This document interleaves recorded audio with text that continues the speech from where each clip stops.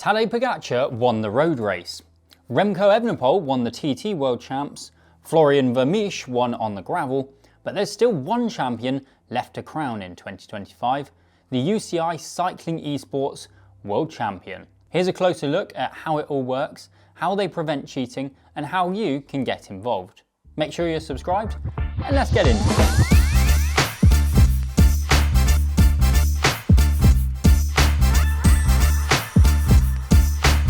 So, what is it? Well, here's the basics. Thousands of riders have been whittled down to 150 men and 150 women for the semi-finals, and now just 40 remain. The 20 men and 20 women will come together for a grand finale hosted in Abu Dhabi, and just like for the last few years, they'll be battling it out on the free online training platform MyWhoosh. In fact, it's MyWhoosh who are putting up the cash to cover the competitors' flights and accommodation out in Abu Dhabi.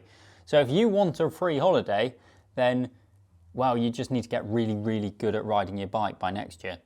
The final will happen on Saturday the 15th of November and consists of 3 stages, which are designed to test a wide range of both physical and tactical skills.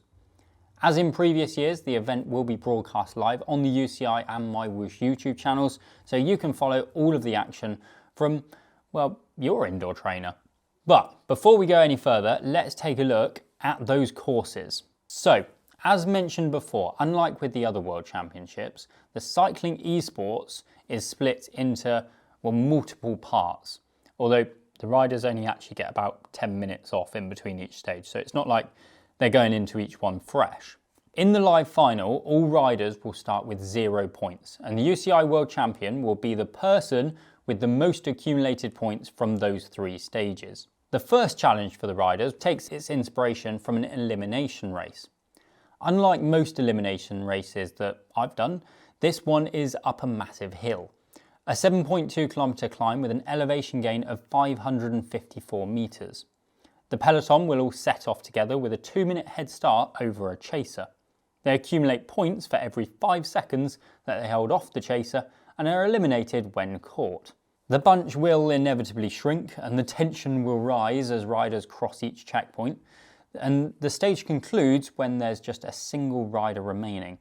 They'll take the maximum number of points. Soon after that ordeal, the finalists will move on to Puncher's Playground. This will be contested over a 1-lap, 12-kilometre course, dotted with short, steep climbs and sprint segments. This one's designed for riders who excel at repeated explosive efforts. Again. The difference is that this route is more likely to reward being brave, and splits are a very real possibility. There's also a carrot for the breakaway, 2 intermediate sprint zones and 2 timed climbs or KOMs. It'll be the final sprint to the finish line that will once again offer the most points and play a pivotal role in shaping the overall standings. To be in with a chance of hoovering up those points though, the riders will first have to get over the most severe climb on the course that they'll hit at roughly 9 kilometres. It's not long compared to some of the climbs on MyWhoosh, but it is long enough that power to weight will begin to factor. Expect to see some of the heavier riders gurning quite a lot at this point. Here's some shots of them suffering up it last year. And then the final stage will be the Sprinter's Paradise. This will be contested over 8 laps of this short but flat 1.5 kilometre circuit. It's basically a points race, with points awarded at the end of each lap.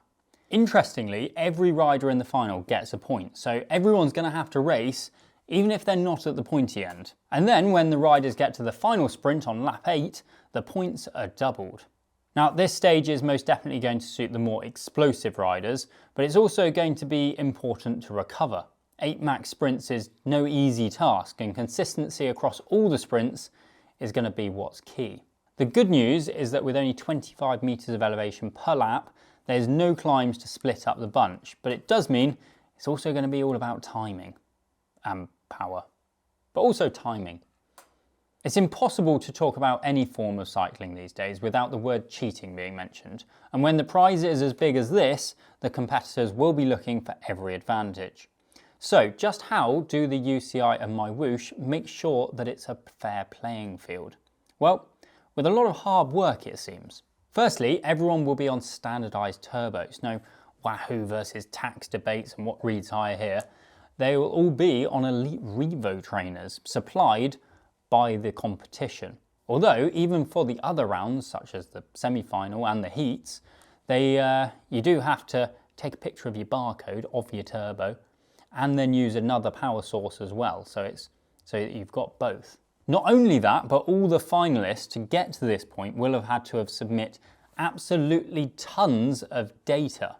So each rider has what's called an esports passport. And what this basically contains is a load of power records, and if someone does something really untoward, like set a new heart rate by about 30 BPM, or they're suddenly riding at loads more power than they've ever been capable of before, then obviously that will flag some questions. The other thing that the riders will have to have done before racing is upload loads of information about themselves. So they'll have their weights taken, they'll have their heights taken, and then all of this data will be inputted into MyWhoosh to make sure it's as realistic as possible. Because of course there's an advantage if you put your weight in a bit lower or your height a bit less, because MyWhoosh's algorithm takes into account your frontal surface area, you would in effect be more aerodynamic if your height's less.